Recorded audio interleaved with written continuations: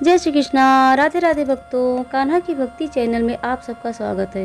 भक्तों, आज की कहानी भगवान शंकर की एक भक्त की है। चलिए भक्तों, शुरू करते हैं आज की कहानी। शंकर एक अनाथ लड़का था। उसको जंगल में रहने वाले शिकारियों के एक गिरोह ने पाला था। उसके पास कोई औपचारिक शिक्षा भी नहीं थी। वह केवल एक चीज़ जानता था कि उसे कैसे जीवित रहना है, शिकार करना और उनको मारना तथा जंगल के फलों को खाना और नदी के पानी को पीकर अपने आप को जीवित रखना जानता था। एक दिन वह अपना रास्ता भटक गया और उसने देखा कि कुछ लोग नदी के किनारे पर बने एक पत्थर की मूर्ति के चारों ओर जोर जोर से चिल्ला रहे हैं। कुछ लोग उस पर फूल और फल नारियल चढ़ा रहे हैं। शायद उसने सोचा यह कोई मकान होगा जिसमें लोग रहते होंगे, पर यह एक प्राचीन मंदिर था। लेकिन शंकर ने इसे पहले कभी नहीं देखा था, पर इसके बारे में जानने के लिए वह काफ़ी उत्सुक था। उसने तब तक इंतज़ार किया कि जब तक सभी लोग उस मंदिर से चले नहीं गए। अंत में उसने एक युवा लड़के को पत्थर की इमारत से बाहर आते देखा और उससे बात करने का फैसला किया। और शंकर ने उससे अपने मन में आई कई सवाल पूछे। उसका पहला प्रश्न था, इस इमारत को क्या कहा जाता है? लोग अपने साथ क्या लाते हैं? फिर उन चीज़ों को अंदर वाली इमारत में क्यों छोड़कर चले जाते हैं? चीज़ों को अपने साथ लाना और उन्हें अंदर छोड़कर वापस चले जाने पर वह लड़का शंकर की अज्ञानता व मासूमियत पर बहुत ही हैरान था और उसके सवालों से भी चकित था। पर यह वह नहीं जानता था कि वह पास के जंगल में रहता है और शिकार करके ही अपना जीवन यापन करता है। लेकिन फिर भी उसने उसके सवालों के जवाब देने की पूरी कोशिश की। उसने शंकर को बताया, यह भगवान शिव का मंदिर है। लोग यहाँ उन्हें फल और फूल चढ़ाने आते हैं। वे शिव भगवान से जो चाहते हैं वह मांगते हैं और शिव उनकी सभी प्रार्थनाओं को सुनते हैं। यह सुनकर शंकर तुरंत मंदिर जाना चाहता था। लड़के ने उसे अंदर का रास्ता दिखाया और शिवलिंग के बारे में बताया। शंकर ने मासूमियत से लड़के से पूछा, यह शिवलिंग क्या चीज़ है और हमें क्या देता है? लड़के ने बताया, हम शिव से जो मांगते हैं वह हमें देते हैं। हम सब ऐसा मानते हैं। लड़के ने कहा, अब अंधेरा हो रहा है, अब मुझे घर जाना होगा। और वह शंकर को वही अकेला छोड़कर चला गया। शंकर ने झिझकते हुए मंदिर में प्रवेश किया। वह एक कोने में बैठ गया और सोचा, एक पत्थर किसी को क्या दे सकता है? इसलिए उसने इसका परीक्षण करने का फैसला किया और उसने पत्थर की प्रतिमा से कहा, हे शिव, कृपया मुझे पर्याप्त शिकार करने दें ताकि मैं भी भूखा ना रहूं। मेरे पास आपको चढ़ाने के लिए कोई फल या फूल नहीं है, लेकिन यदि आप मुझे शिकार देते हैं तो मैं उसे आपके साथ साझा करूंगा। मैं वादा करता हूँ, मैं आपको धोखा नहीं दूंगा। अगली सुबह शंकर शिकार करने के लिए गया। उसने पूरे दिन शिकार की तलाश की, लेकिन उसे कोई शिकार नहीं मिला। अब भूख से तिलमिला रहा था। वह काफ़ी निराश हो गया क्योंकि उसे कोई शिकार नहीं मिला था। दोपहर हो चुकी थी। अब उसे लगने लगा कि मंदिर के लड़के ने उससे झूठ बोला था। फिर भी उसने शिकार जारी रखा। जैसे ही शाम हुई, उसने 2 खरगोश को अपने बिल में आते देखा। शंकर ने उन खरगोशों को मार डाला, क्योंकि उसने शिव भगवान से वादा किया था कि वह अपने शिकार को साझा करेगा। वह मरे हुए खरगोशों में से एक के साथ मंदिर गया। देर हो चुकी थी और मंदिर सुनसान था।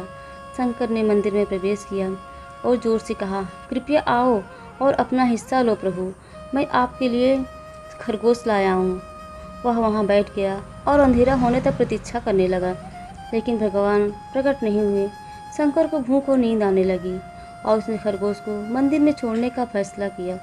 अगली सुबह जब लोग मंदिर पहुँचे तो उन्हें शिवलिंग के सामने मरा हुआ खरगोश मिला। भक्त बहुत परेशान थे। यह यहाँ कौन लाया है?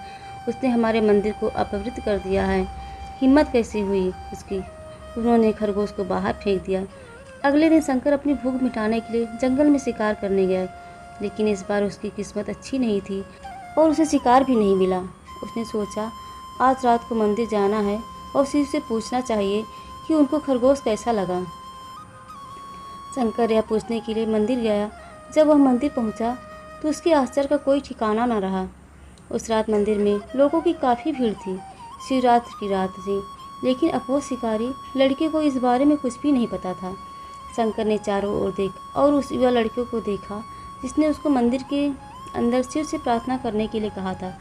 चूँकि उसे इतने सारे लोगों के आसपास रहने की आदत नहीं थी, उसने वहीं रुकने का फैसला किया और पास के बेल के पेड़ पर चढ़ गया। यह एक लंबा इंतजार था। वह समय बिताने के लिए उसने पेड़ से पत्ते तोड़कर ज़मीन पर फेंकना शुरू कर दिया। उसे अज्ञात पेड़ के नीचे एक छोटा सा शिवलिंग था जिसकी पूजा लंबे समय से नहीं की गई थी। शंकर के द्वारा फेंके गए बेल के पत्ते उस शिवलिंग पर गिरे। शंकर भजनों से मंत्रमुग्ध हो गया और धीरे धीरे साथ में गाने भी लगा। रात से सुबह हो गई। सभी भक्त मंदिर से चले गए। शंकर पेड़ से उतरा और मंदिर में प्रवेश किया।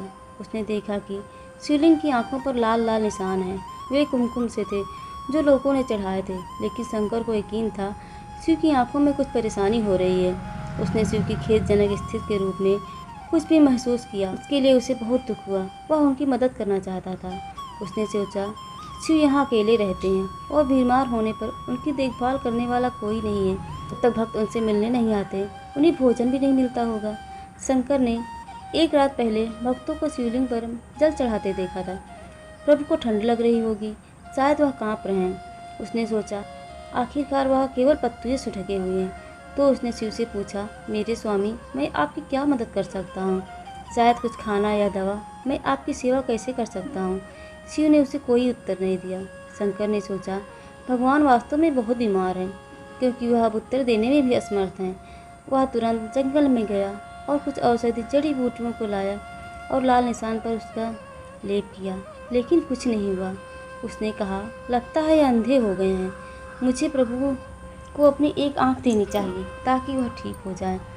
उसका दिल इतना पवित्र था कि उसने वहाँ शिव के हाथ में रखे त्रिशूल को उठाया और त्रिशूल को अपनी दाहिनी आंख की ओर ले गया और अपनी आंख को निकालने का प्रयत्न किया। शंकर अनपढ़ था। उसे मंत्रों या पूजा के उचित तरीकों का कोई ज्ञान नहीं था, लेकिन उसकी भक्ति की कोई सीमा नहीं थी।